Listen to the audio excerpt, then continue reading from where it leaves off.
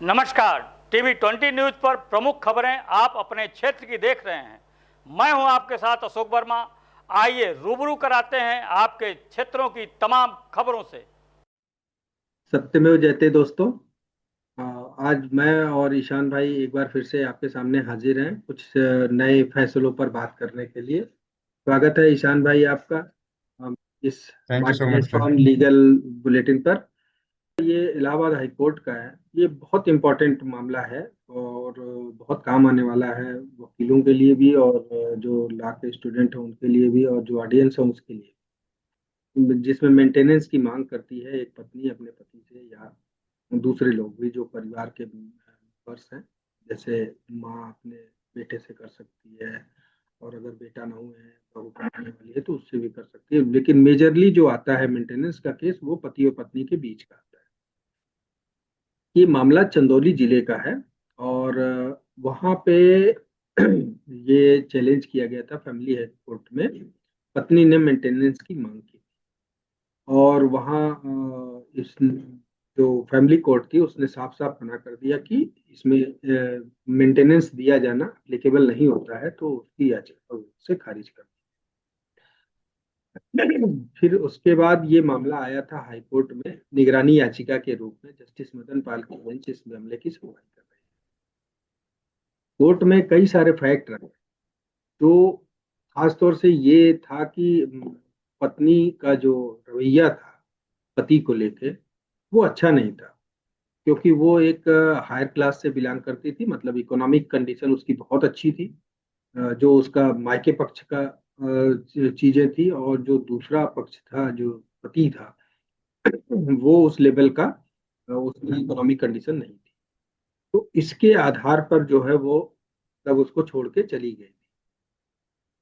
और मतलब उस जब वो गई थी तो खुशी खुशी उसने ससुराल छोड़ा था कि मतलब उसका मतलब वो खुद अमीर है और उसका पति गरीब है। वो जो अपने मायके में जिस तरह से रह पा रही थी, जो उसकी लाइफ स्टाइल थी वो फॉलो करने के लिए माहौल या परिस्थितियां वह ससुराल में उपलब्ध नहीं थी।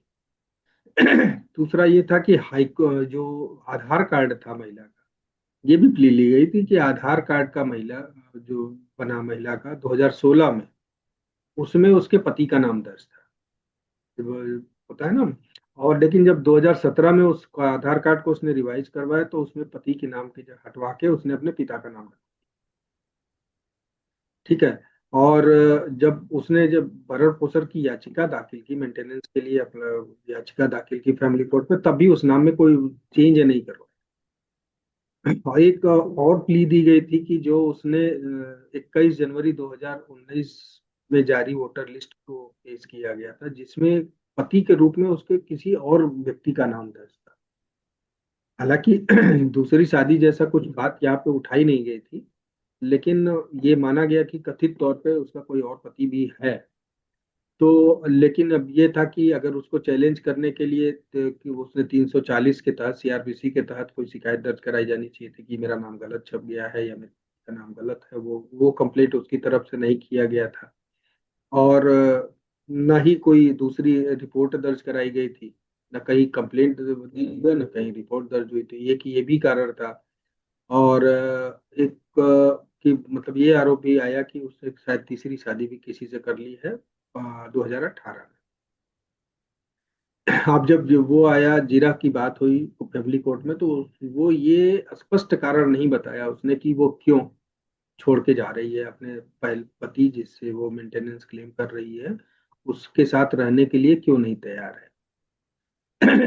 और ये बताया कि यूपी पुलिस में कांस्टेबल का पद भी उसके पास था।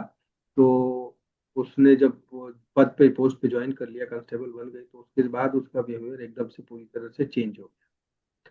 तो इस सब के फैक्ट्स के आधार पर कोर्ट ने कहा कि ट्रायल कोर्ट का जो डिस्कस था वो बिल्कुल सही था, और वो अपनी मर्जी से अलग रह रही है, इसलिए यहाँ पे मेंटेनेंस अप्लीकेबल नहीं है।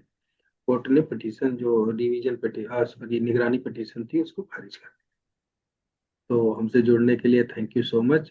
आप सभी से आग्रह है कि चैनल को ज़्यादा से ज़्यादा शेयर करें, और आप पहले खुद सब्सक्राइब कर ले अगर अब तक नहीं किया है तो। और लाइक जरूर करें, हमारा हौसला बताएं, और आपके मन में हमसे किसी भी केस से जुड़ा कोई सवाल है या किसी कानून से जुड़ा कोई सवाल है तो हमारे कमेंट बॉक्स में लिखें, हम जरूर उसका उत्तर देने की कोशिश करेंगे कि अपनी किसी वीडियो में। तो अभी के लिए धन्यवाद। थैंक यू ईशान जी, कल फिर मिलते हैं हम लोग। Thank you sir.